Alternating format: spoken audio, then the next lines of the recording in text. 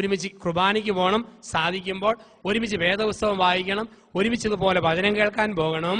ആത്മീയ സമർപ്പണം വേണം. അതുപോലെ ലൈംഗിക സമർപ്പണം, എന്താണ് സെക്സിന്റെ സമർപ്പണം. ചില ആണുങ്ങളുണ്ട് കല്യാണം കഴിച്ചാലും വിവാഹത്തിൽ ബലാത്സംഗം നടത്തുന്നവരാണ്. എങ്ങനെയുള്ള ആണുങ്ങളാ?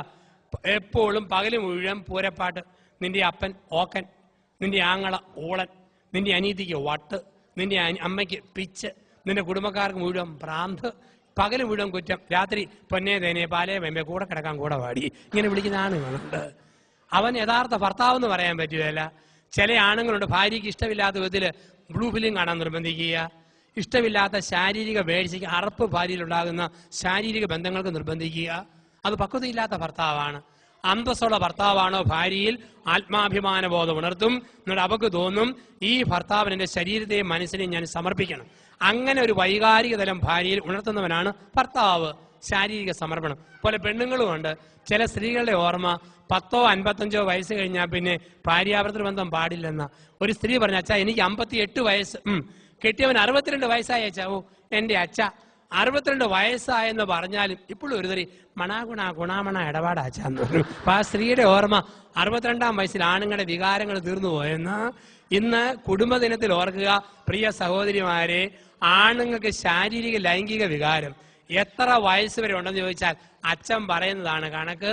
ഇങ്ങനെയുള്ള വികാരം ആണുങ്ങളെ സംബന്ധിച്ച് മരിച്ചു കഴിഞ്ഞ് ഒരു 5 മിനിറ്റ് കൂടെ കാണും. ഇത് മനസ്സിലാക്കിയില്ലെങ്കിൽ കുടുംബ ബന്ധങ്ങൾ തകർന്നു പോകുന്ന അറിയുക.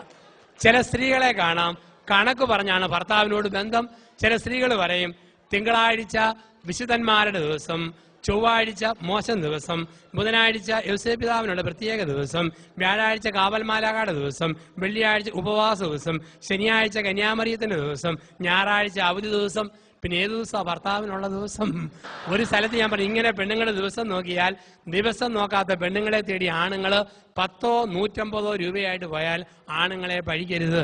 അത് കേട്ട പാടൊരു ചേട്ടൻ പറയാം എഴുന്നേറ്റിട്ട്, അച്ഛൻ ഏത് കാട്ടിന്നാ വരുന്നതെന്ന് ചോദിച്ചു. ഞാൻ പറഞ്ഞു എന്നെ അച്ഛാന്ന് ചോദിച്ചു. എൻ്റെ അച്ഛ പണ്ടാ 150, ഇപ്പം 300 പറഞ്ഞു. ഇതാണ് കാലം. അപ്പോൾ ലൈംഗിക സമർപ്പണം, 1 സാമ്പത്തിക സമർപ്പണം, 2 ആത്മീയ സമർപ്പണം, 3 ശാരീരിക സമർപ്പണം. സമർപ്പണത്തിന്റെ 3 മേഖലകള്. ഇപ്പൊ സമർപ്പണം വേണം കുടുംബം സ്വർഗമാണെങ്കിൽ. ഇപ്പൊ 1 സ്വാതന്ത്ര്യം, 2 സുരക്ഷിതത്വം, 3 സാമീപ്യം, 4 സംതൃപ്തി, 5 സമർപ്പണം. സാമ്പത്തിക സമർപ്പണം, ആത്മീയ സമർപ്പണം, ശാരീരിക സമർപ്പണം. 6 സമാധാനം. കുടുംബത്തെ സ്വർഗമാക്കുന്ന 6ാമത്തെ തൂണാണ് സമാധാനം. കുടുംബത്തെ ദേവാലയമാക്കുന്ന 6ാമത്തെ തൂണ് സമാധാനം. എന്തെല്ലാം വേദനയുണ്ടെങ്കിലും ഭാര്യയുടെയും ഭാര്യ വീട്ടുകാരുടെയും സ്വന്തം വീട്ടുകാരുടെയും സമാധാനം തകർക്കുന്ന ഒരു വാക്കും ഭർത്താവ് സംസാരിക്കരുത്. ഒരു സ്ത്രീക്ക് എത്ര ബുദ്ധിമുട്ടുണ്ടായാലും കെട്ടിയവന്റെ വീട്ടുകാരുടെയും കുറ്റം പറഞ്ഞ് സ്വന്തം അപ്പനമ്മമാരുടെ അടുക്കിലേക്ക് ഓടരുത്. തൊണ്ട പുഴുത്തോ ഞൊണഞ്ഞിറക്കുക. ലോകത്താരോടും പറയരുത്. എത്ര സഹിക്കേണ്ടി വന്നാലും സമാധാനം തകർക്കരുത്. ഭർത്താവിന്റെ അമ്മയിൽ നിന്നും അപ്പനിൽ നിന്നും അകറ്റുന്ന, പെങ്ങന്മാരിൽ നിന്നും സഹോദരന്മാരിൽ നിന്ന് അകറ്റുന്ന ഒരു ഭാര്യയായിരിക്കരുത്. ഭാര്യയെ ഒരിക്കലും ഇനി ഭാര്യ വീട്ടുകാരുമായി ഒരു ബന്ധവും വേണ്ടെന്ന് പറഞ്ഞ് മുറിക്കുന്ന ഒരു ഭർത്താവായിരിക്കരുത്. മനസ്സമാധാനം വേണം, കുടുംബസമാധാനം വേണം. കുടുംബത്തിൽ അങ്ങനെയുള്ള അന്തരീക്ഷം നമുക്ക് ആവശ്യമാണ്. ചില പെണ്ണുങ്ങളെയും മറ്റുമൊക്കെ കാണാം, കല്യാണം കഴിഞ്ഞ് വരുമ്പോൾ അമ്മായിമ്മയ്ക്ക് മകന്റെ ഭാര്യയോട് പോര്, ചില മരുമകളുമാർക്ക് ഭർത്താവിന്റെ അമ്മയോട് പിണക്കം. ചില പെണ്ണുങ്ങൾ കല്യാണം കഴിഞ്ഞ് 6ാം മാസം നമ്മുടെയൊക്കെ നാട്ടിൽ പുതച്ചു മൂടി കിടക്കും. രാത്രി 11-ന് ഭർത്താവിന്റെ ചെവി ചെന്ന് തവള കാറാൻ തുടങ്ങും. നിങ്ങളൊക്കെ നമ്മുടെ നാട്ടിൽ വരുമ്പോൾ മഴ പെയ്യുമ്പോൾ തവള കാർന്ന് കേട്ടിട്ടുണ്ട്. എങ്ങനെയാ തവള കാറുക? മേക്രോ മേക്രോ ക്രോ മേക്രോ മേക്രോ ക്രോ, ഇങ്ങനെയാണ് തവള കാറുക. ചില പെണ്ണുങ്ങൾ കല്യാണം കഴിഞ്ഞ് 6ാം മാസം ഭർത്താവിന് ചെവി ചെന്ന് തവള കാറും. എന്താ കാറുക? ചേട്ട വേറെ പാം, മാറിപ്പാം, ഇപ്പം പാം, മേക്രോ മേക്രോ ക്രോ. എന്തോ ഒരു കാര്യം കുടുംബത്തില്. ഇവിടെയാണ് സമാധാനം തകർക്കുന്ന ഒരു ഭാര്യയാകരുത്, സമാധാനം തകർക്കുന്ന ഒരു ഭർത്താവായിരിക്കരുത്. കുടുംബത്തിൽ സമാധാനം വേണം. ചിന്തകളെ അവസാനിപ്പിക്കാൻ സമയം കഴിഞ്ഞതുകൊണ്ട് 7ാമത് കുടുംബത്തെ സ്വർഗമാക്കുന്ന, ദേവാലയമാക്കുന്ന അവസാനത്തെ തൂണാണ് കുടുംബത്തിൽ സ്നേഹം. ഏറ്റവും പ്രധാനപ്പെട്ടതാണ് സ്നേഹം. അതുകൊണ്ടാണ് പൗലോസ്ലീഹ പറയുക എഫേസ്യസ് ലേഖനം 5-ാം അധ്യായത്തിൽ, ഭാര്യമാരെ ഭർത്താക്കന്മാരെ സ്നേഹിക്കുവിൻ, ഭർത്താക്കന്മാരെ ഭാര്യമാരെ നിങ്ങൾ സ്നേഹിക്കുവിൻ. ഈ സ്നേഹം ഉള്ളി വെച്ചാൽ പോലെ പ്രകടിപ്പിക്കണം. ചില ആണുങ്ങൾക്ക് ഒരു ഓർമ്മയുണ്ട്, സ്നേഹം കാണിച്ച പെങ്കോന്തനാന്ന് വിളിക്കും. അതുകൊണ്ട് മുഖം വീർപ്പിച്ചിരിക്കുന്ന മിടുക്ക് ഒരിക്കലും കരുതേക്കരുത്. ഒരു തള്ള പറഞ്ഞു, എൻ്റെ അച്ഛാ എനിക്കൊരു മോൻ, ആ മോന് 5 ഭാഷ അറിയാം. മലയാളം, തമിഴ്, കന്നഡ, ഹിന്ദി, ഇംഗ്ലീഷ്, 5 ഭാഷ. പക്ഷെ ഒരു കുഴപ്പമുണ്ട്, അവന് ഊമനാ, വർത്താനം പറയില്ല. 5 ഭാഷയിൽ ഊമനായ പിന്നെ കാര്യമുണ്ടോ? ഒരിക്കൽ ദമ്പതിമാരെ ധ്യാനിപ്പിച്ചപ്പോൾ ഒരു സ്ത്രീ പറഞ്ഞു, അച്ഛാ എൻ്റെ കെട്ടിയവൻ എന്നോടല്ല ഇഷ്ടം, അദ്ദേഹം 25 ഏക്കർ റബ്ബർ തോട്ടത്തെയും ഒരു മാരുതിക്കാരനെയാണ് കെട്ടിയിരിക്കുന്നത്, എൻ്റെ കൂടെ മാസത്തിൽ 2 ദിവസം പോലും താമസിക്കുകയില്ല. ഞാൻ പറഞ്ഞു, പൊന്നു മനുഷ്യ, ഭാര്യയ്ക്ക് ഇങ്ങനെ പരാതിയുണ്ട്, അല്പമൊക്കെ ശ്രദ്ധ കൊടുക്കേണ്ട. ഉടനെ അവൻ പറഞ്ഞു, പൊട്ടി, അവൾക്കൊരു വിവരം ഉണ്ടോ അച്ഛാ, അവൾക്ക് എന്നാത്തിൻ്റെ കുറവാച്ചാ? 10 ഷീറ്റ് അവളുടെ പേരിൽ, ഒരു അംബാസഡർ കാറ്, സമർത്ഥനായൊരു ഡ്രൈവർ, ഒരു കുറവും ഞാൻ വരുത്തിയിട്ടില്ല. ഞാൻ പറഞ്ഞു, അതാ കുറവ്, ഡ്രൈവർ പോരാ, നീ തന്നെ വീട്ടിൽ വേണം, ഇതാണ് പ്രശ്നം എന്ന് പറയാ. അപ്പൊ കുടുംബത്തിൽ ഈ സ്നേഹം കൊടുക്കാൻ പഠിക്കണം. സ്നേഹത്തിന്റെ ബാലപാഠങ്ങൾ കൊടുക്കാൻ പഠിക്കുക. ഓർത്ത് നോക്കിക്കേ, സ്നേഹിക്കുന്ന ഭർത്താവുണ്ടോ ഭാര്യ ഏത് കുരിശും ചുമക്കും. സ്നേഹിക്കുന്ന ഭാര്യയുണ്ടോ ഭർത്താവ് ഏത് ഭാരവും എടുക്കും. ഒന്ന് ഓർത്ത് നോക്കുക, സ്നേഹിക്കുന്ന ഭാര്യ ഭർത്താക്കന്മാര് 5 മൈൽ നടന്നാലും തോന്നും 500 മീറ്ററേ ആയിട്ടുള്ളൂ.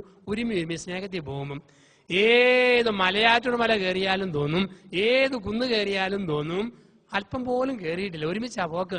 ഏത് പാവയ്ക്കാ തിന്നാലും കയ്പില്ല, ഏത് പുളി കടിച്ചാലും പുളിപ്പില്ല, ഒരു പ്രശ്നവുമില്ല. 25-ാം വയസ്സിൽ ഒരു സ്ത്രീ മോനെ പ്രസവിച്ചു. മോൻ ഇങ്ങനെ വളർന്നു വന്നപ്പോൾ അപ്പം മരിച്ചു.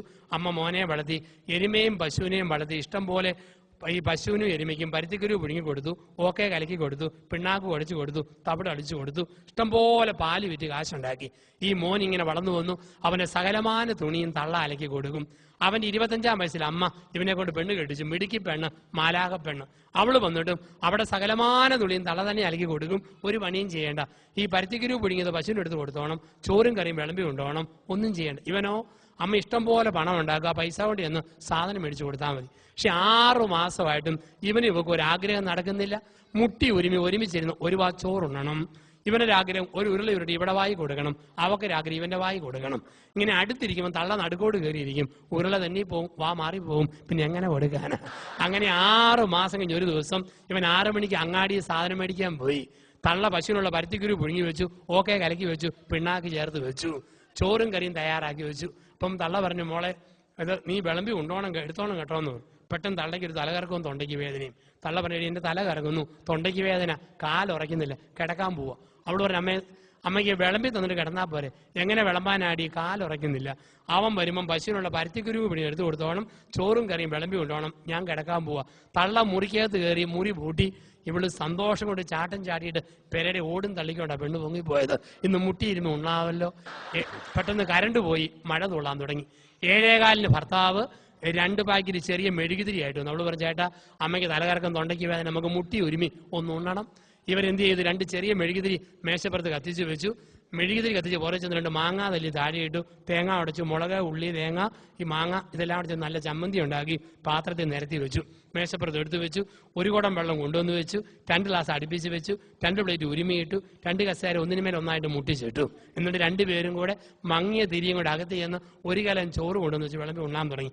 8:30 മുതൽ 10:30 വരെ ഇവനെ നുരുട്ടി ഇവിടെ വായിൽ, ഇവിടെ നുരുട്ടി ഇവന്റെ വായിൽ, ഇടയ്ക്ക് സപ്പോർട്ടായിട്ട് തേങ്ങാ മാങ്ങ ഉള്ളി ചമ്മന്തി നാക്കേലും അണ്ണാക്കേലും തേച്ചു കൊടുത്തു. അങ്ങനെ 10:30 വരെ ഉണ്ടു. 10:30 ആയപ്പോൾ അവസാനത്തെ ചോറും തീർന്നു, അവസാനത്തെ ചമ്മന്തി തീർന്നു, അവസാനത്തുള്ള വെള്ളവും തീർന്നു. കൈ നീട്ടി പഠിച്ച് നക്കി ഏമ്പക്കവും വിട്ട് ഇവർ എഴുന്നേറ്റ് പോകുമ്പോൾ ഈ മരുമോള് പ്രാർത്ഥിച്ചു, ദൈവമേ അമ്മായിമ്മ മരിച്ചില്ലേലും തൊണ്ടയ്ക്ക് വേദന 1 മാസക്കാലം തുടരണേ. തള്ള സുഖമായിട്ട് കിടന്നുറങ്ങി. രാവിലെ നല്ല കതിനാക്കുറ്റി പോലെ തള്ള ചെയ്താ പൊങ്ങി വരുന്നു. അമ്മയ്ക്ക് ഏറ്റവും ഇഷ്ടപ്പെട്ട സാധനമാണ് പഴയ കഞ്ഞിക്കകത്ത് മോര് ഒഴിച്ച് മുളകും ഞെരടി കരിവേപ്പിലയും തിരുമ്മി കഴിക്കാൻ. തള്ള ചോദിച്ചു, പഴയഞ്ചോറുണ്ടോ ഓടി? എൻ്റെ അമ്മ മുഴുവൻ തീർന്നു. എന്നാ വട്ടിവയറാടി, 1 കരം ചോറ് മൊത്തം തീർന്നു. എൻ്റെ അമ്മ മുട്ടി ഉരുമി ഉണ്ടപ്പം തീർന്നെന്ന് പറഞ്ഞാൽ മതിയല്ലോ. എന്നാ നീ പോയി കുറെ ഉണക്ക ഓല കൊണ്ടുവരാൻ പറഞ്ഞു. ചൂട്ട് അടുപ്പി തീ കത്തിക്കാൻ വേണ്ടി, കാപ്പി അനത്താൻ വേണ്ടി. ഇവിടെ ഉണങ്ങിയ ഓല പെറുക്കാൻ പോയപ്പോഴത്തേക്കുണ്ട് 20 മിനിറ്റ് കഴിഞ്ഞ് ഓല കൊണ്ടുപോയിട്ടു. തള്ള പറഞ്ഞു, എന്നുപോലാടി നീ എന്നോട് നുണ പറയാൻ തുടങ്ങി. എന്നാ അമ്മേ നീലടി പറഞ്ഞ മുഴുവൻ തീർന്നു? അതെ. എവിടെ ആടി? മുഴുവൻ തീർന്നു. ഇങ്ങോട്ട് വാടി. ചോറും കലത്തിന് മൂടച്ചട്ടി പൊക്കിയപ്പം 1 കലം ചോറ് അതുപോലെ ഇരിക്കുന്നു. തലേ രാത്രി സ്നേഹത്തിന്റെ തിരതള്ളലിൽ ഈ തേങ്ങാ മാങ്ങ ചമ്മന്തി കൂട്ടി കഴിച്ചു തീർത്തതാ. പക്ഷെ എന്നാ പറ്റി, മുട്ടി ഉരുമി മങ്ങിയ വെട്ടത്തിൽ വിളമ്പിയത് അറിഞ്ഞില്ല, കലം മാറിപ്പോയി. പശുവിന് കൊടുക്കാൻ പുഴുങ്ങി വെച്ച പരുത്തിക്കുരുവിന്റെ കലവാ കോരി വിളമ്പിയതും ഉരുട്ടി ഉണ്ണുന്നതും അടിച്ചകത്തോട്ടാക്കുന്നതും. അതുകൊണ്ടാ പറയുക, ദമ്പതിമാരെ നിങ്ങൾ പരസ്പരം സ്നേഹിക്കുവാൻ. സ്നേഹം ഒരിടത്ത് രുചിഭേദം അറിയുകയില്ല, ഭാരം അറിയില്ല, കുരിശറിയില്ല, ഒന്നും അറിയില്ല. അവിടെയാണ് പറയുക, ഭാര്യ ഭർത്താവിനെ സ്നേഹിക്കണം, ഭർത്താവ് ഭാര്യയെ സ്നേഹിക്കണം. അങ്ങനെ സ്നേഹിക്കുന്ന ഒരു കുടുംബമായിട്ട് മാറുവാൻ ദൈവമായ കർത്താവ് നമ്മളെ വിളിക്കുന്നു. അതിന് നമ്മൾ കേട്ട ഈ ചിന്തകൾ 2009 ഒക്ടോബർ മാസമൊക്കെ അവസാനിച്ച ഒരു ദിവസങ്ങളിൽ നമ്മൾ കേട്ട ചിന്തകൾ അനുഗ്രഹിക്കട്ടെ. നമ്മൾ സമർപ്പണ പ്രാർത്ഥനയിലൂടെ നമ്മുടെ ചിന്തകളെ ദൈവതിരുസന്നിധിയിലേക്ക് നമ്മൾ കൊടുക്കുന്നു. ദൈവാനുഗ്രഹം യാചിച്ചുകൊണ്ട് പ്രാർത്ഥനാ ശുശ്രൂഷയിലേക്ക് നമുക്ക് കടന്നു വരാം. നമ്മളെല്ലാവരെയും കുടുംബങ്ങളെയും ദൈവകരങ്ങളിൽ കൊടുക്കാം. സകല അനുഗ്രഹവും നല്ല ദൈവം നമ്മുടെ കുടുംബത്തിൻ്റെ മേൽ സമൃദ്ധമായി വർഷിക്കട്ടെ.